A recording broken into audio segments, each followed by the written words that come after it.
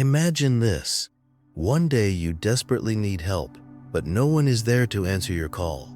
Sadly, this isn't just a scary thought, it's a reality faced by millions of older adults who live alone. While many cherish their independence, others face hidden dangers every single day.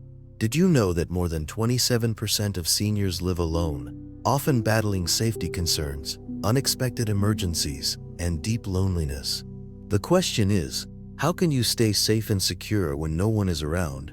If you or someone you love is aging alone, these 5 powerful steps could change everything. The next few minutes might completely shift the way you think about independent living, so stay with us. Meet Thomas, a 75-year-old retired carpenter. Since losing his wife, he has lived alone. Thomas is proud of his independence. He cooks his own meals, tends to his little garden, and enjoys fixing things around the house. But lately, nagging worries keep creeping into his mind. What if he falls and no one comes to help? What if a scammer tricks him? What if days pass before anyone notices something's wrong? Thomas's situation is far more common than you might think. Thankfully, he took action, and the same steps he followed are ones every senior should consider.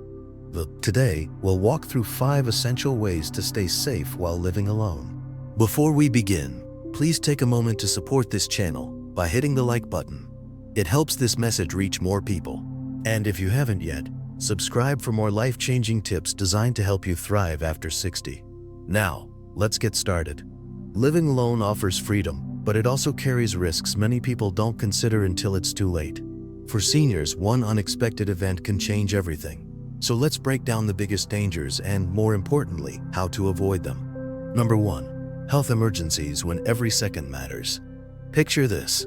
Thomas wakes up one morning feeling dizzy. He shrugs it off. Hours later, his speech slurs, and he struggles to reach the phone. This is exactly how strokes strike. Fast, silent, and often deadly if help doesn't come quickly. Falls are another major danger. In fact, 1 in 4 seniors falls each year, and when you live alone, even a small accident can become life-threatening. A broken hip, a head injury, without immediate help, recovery gets much harder. And let's not forget sudden illnesses, heart attacks, infections, or low blood sugar. With no one around to spot the signs, minor issues can quickly become medical emergencies. Number 2. The emotional toll of loneliness. Isolation can be just as harmful as any physical danger. Thomas once shared dinner with his wife every night, but now he often goes days without speaking to anyone. At first, he thought he was just adjusting, but soon he felt drained, unmotivated, even forgetful. This isn't just sadness, it's a serious health risk. Studies show that chronic loneliness increases the risk of depression, heart disease, and dementia.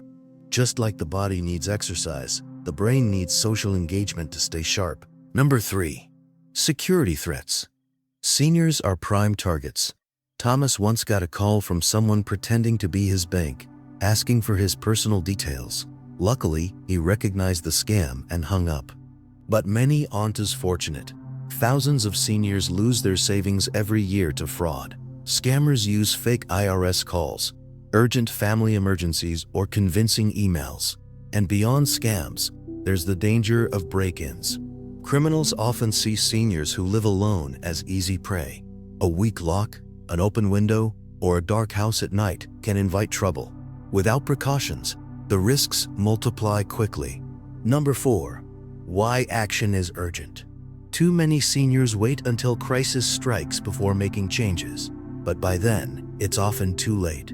A single fall, one scam, or one silent stroke can completely alter the course of life.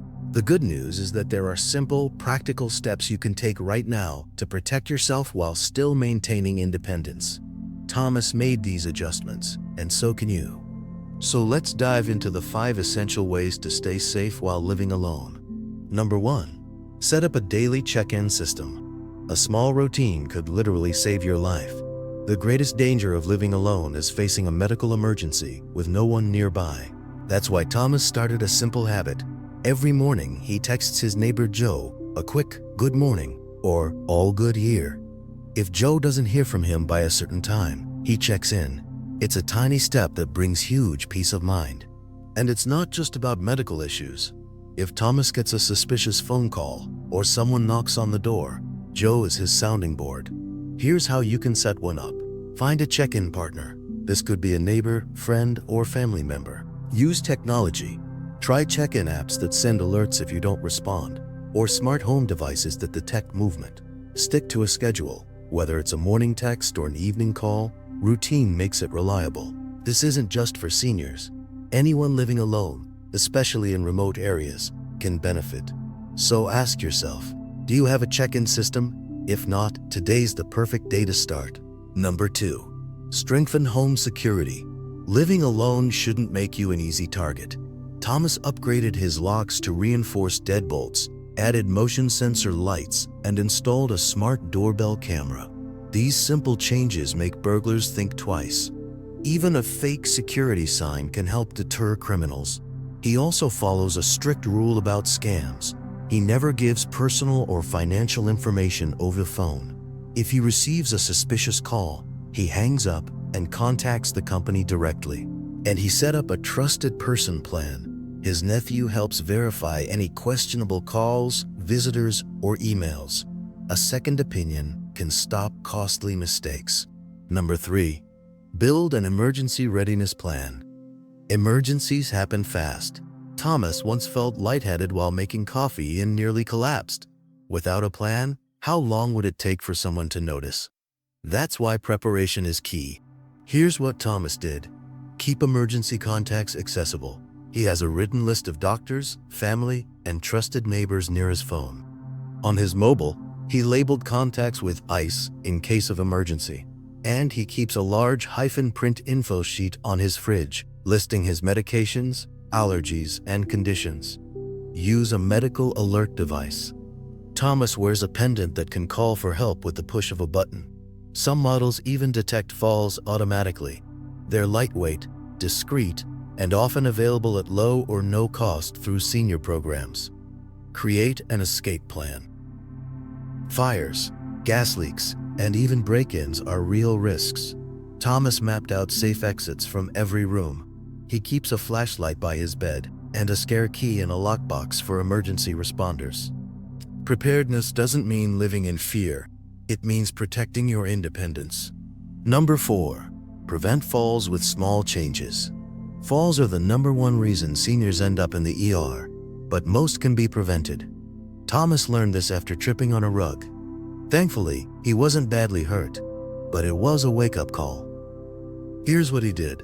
Modify the home. He installed grab bars in the bathroom, brightened hallway lighting, and cleared clutter. Stay active.